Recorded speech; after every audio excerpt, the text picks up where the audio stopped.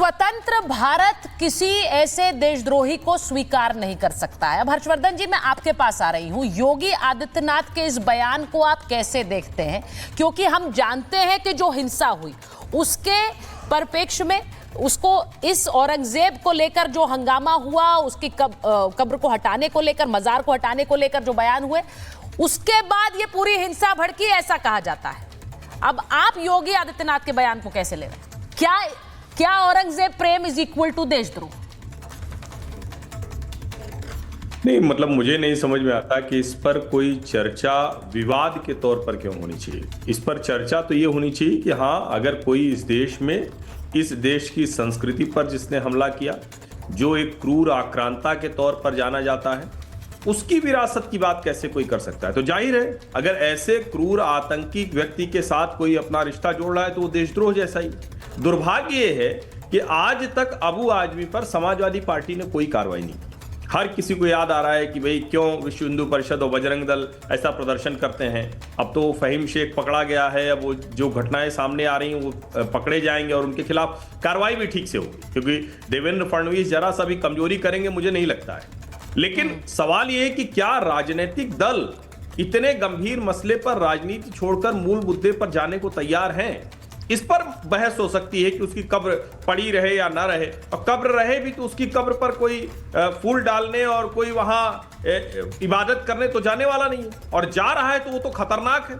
ऐसे में ये मांग अगर उठ रही है कि उसकी कब्र नहीं होनी चाहिए, कोई कहता है कि उसके जो भी पाप हैं, उसने जो जो आतंक मचाया है, जितने मंदिर तोड़े हैं, जितने टैक्स लगाए, जितने गैर मुसलमानों और मुसलमानों के साथ भी जो अत्याचार किए, उसकी फहरिस्त डाल दीजिए, तो इस पर बहस हो सकती है। लेकिन जो औरंगजेब के साथ खड़ा है वो देश विरोधी है, इसमें तो बहस नहीं होनी चाहिए। तो योगी आदित्यनाथ बिल्कुल दुरुस्त बात कह रहे हैं। और मुझे लगता है कि नागपुर में जिस तरह से ये कोशिश की गई है, वहां राष्ट्रीय स्वयंसेवक संघ का मुख्यालय है, वहां भी प्रधानमंत्री नरेंद्र मोदी जाने वाले हैं, इसका सीधा सा मतलब हुआ कि ये सब जानबूझकर ये किया गया है। और ये देवेंद्र फडणवीस सरकार की जिम्मेदारी है कि जितने भी इसमें जो आरोपी दिख रहे हैं, जो दोषी होने की तरफ हैं, उन सब के खिलाफ कानूनी दायरे में कड़ी से कड़ी कार्रवाई हो कि दोबारा ऐसे कोई हिंदू मुसलमान के बीच में अशांति न कर सके। इस तरह से चुन चुन कर जो वहां निशाना बनाया गया वो दोबारा ना हो सके। आपने जो बात कही है, फराज साहब, मैं आपसे पूछ रही हूं, जो लोग वहां पर ये हिंसा कर रहे थे, जो लोग वहां पर औरंगजेब को लेकर नारे लगा रहे थे, हमने देखा वो भीड़ कैसे हिंसक भीड़ में तब्दील हो गई। क्या उन्हें देशद्रोही कहने का मादा रखते हैं आप?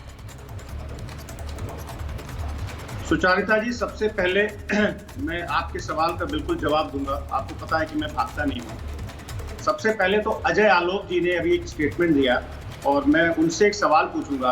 अजय भाई, ये बताइए, अभी आपने महू की घटना का जिक्र किया और आपने बोला कि वहां पर जब Indian cricket team ICC championship जीती थी तो उनसे कुछ लोगों का वहां पे क्लैश हुआ, पत्थर चले, झगड़ा हुआ, तो उन लोगों को आप किस कैटेगरी में रखते हैं? अभी आपने कुछ बोला था, मेरा कनेक्शन नहीं हो पा रहा, किस कैटेगरी में थे वो लोग? ये सवाल मुझसे अजय आलोक से है। मुझे लगा कि आप डिबेट। हाँ जी, अजय जी और फराज जी को ले लीजिए। नहीं, फराज जी को मैं ये बता देता हूँ कि मऊ की जो घटना थी जिसमें इंडिया के सेलिब्रेटिंग टीम पे पत्थर चलाए गए और मस्जिद के सामने से चलाए गए और नाराए तदबीर मस्जिद के अंदर पत्थर रखा गया, ऐसे लोग को देशद्रोही में नहीं कहूँगा। ये देशद्रोही से भी 4 कदम आगे की चीज़ है। इनको चिन्हित करके वापस बंद करना शुरू किया मध्य प्रदेश गवर्नमेंट ने। मैंने क्या बोला फराज भाई? बहुत जरूरी है कि मुस्लिम समाज अपने अंदर में ऐसे ऐसे लोग को औरंगजेबी सोच को आइडेंटिफाई करे, बहुत जरूरी है, जिनको भारत की जीत पे भी दिक्कत होती है। अरे सुचारिता जी, सुनिए तो, अब सुनिए तो, आप सुनिए अजय जी, सुनिए। उसी मध्य प्रदेश में देवास में, ये द हिंदू की खबर है, मैं आपको डेट बता दे रहा हूं, 13 मार्च 2025। उसी मध्य प्रदेश में देवास में जब Indian cricket team ICC championship जीती थी तो नेशनलिज्म की को धार बना करके कुछ लोग वहां पर सेलिब्रेट कर रहे थे। बहुत अच्छी बात है। और उन लोगों ने, अजय जी, पुलिस के ऊपर हमला किया, कोतवाल को लगभग मारपीट की और पुलिस ने 9 लोगों के ऊपर मुकदमा दर्ज किया। और 2 लाइन में आपको पढ़ा करके बता दूं कि 9 people were arrested for creating rucks and clashing with the police personnel while celebrating India's victory in the ICC Championship trophy on Sunday. तो पुलिस ने इन लोगों को गिरफ्तार किया, जो लोग वहां पर हुल्लड़ कर रहे थे, जो लोग पुलिस से झगड़ा कर रहे थे। तो ये पुलिस भी वहां की देशद्रोही है क्या? अच्छा जी, जवाब दीजिए इस बात का। मतलब अगर इंडियन क्रिकेट टीम जीती, आप सेलिब्रेट करने और हुड़दंग मचाने में अंतर है। आप लोग सहारनपुर में भी बात को डाइवर्ट मत कीजिए। आप डाइवर्ट मत कर रहे हैं, डिबेट पूरा डाइवर्ट करने की कोशिश कर रहे हैं। मैं आपका मकसद समझ रहा हूं, मैं आपका मकसद फराज भाई बहुत अच्छे से समझ रहा हूं। लीपापोती चालू हो गई, सुचरिता जी ये लीपापोती हो रही है, क्योंकि यही हरकत सहारनपुर में हुई थी, वहां भी पुलिस ने अरेस्ट किया था। पुलिस के ऊपर मैंने एक बड़ा सिंपल सा सवाल पूछा। के पास जाऊंगा, इंतजार कर रहे हैं। नहीं, फराज साहब, मैंने ये कहा कि क्या ये जो भीड़ वहां पर हिंसा फैला रही थी, इन्हें देशद्रोही कहने का मादा आप रखते हैं? सवाल मेरा ये था।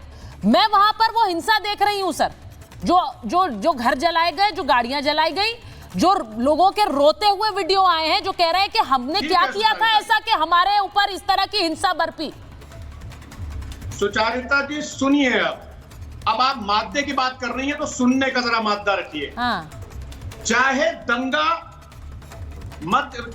दंगा जो कहाँ हुआ था अभी, ये क्योंकि नागपुर में, सर नागपुर में चाहे दंगा हुआ हो, हाँ, और वहां पर लोगों के मकान दुकानों में आग लगाई गई हो, लोगों को मारा गया हो, उसके जो भी रीजन रहे हो, या दंगा बहराइच में हुआ हो जहां दुकानों में आग लगाई गई हो और मकानों को जलाया गया हो, जहां भी दंगा होगा उसकी हम मजम्मत करते हैं और हम ये मादा रखते हैं सुचारिता जी कि जो ये लोग दंगा कर रहे हैं, वो डीजीपी सर बैठे हुए, उनको कड़ी से कड़ी सजा मिलनी चाहिए।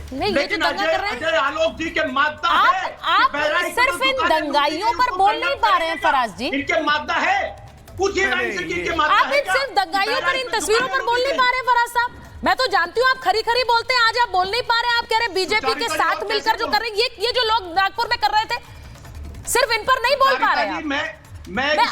मैं एक बार अतिकुर जी के पास जा रही हूँ।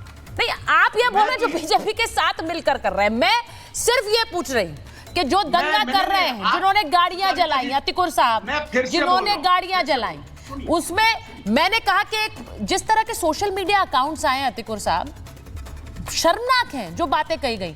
जो लोग इस तरह के अकाउंट्स को फॉलो करते हैं, इनको प्रोपोगेट करते हैं, आगे दूसरों को फॉरवर्ड करते हैं, ये क्या मानसिकता है? अपने भारतीयों को गाली दे रहे हैं बाहर बैठे लोग, और ये लोग वाहवाही कर रहे हैं। शर्मनाक है। सुचारिता जी, मैं आपकी अदालत से गुजारिश करता हूं कि जितने भी दंगाइयों को इस तरह के वीडियोस में आपने चिन्हित किया है, उनको पुलिस ऐसी कड़ी सजा दे जो आगे आने वाले दिनों में ये एक एग्जाम्पल बन जाए और कोई हिम्मत नहीं करे इस तरह के दंगे करने में।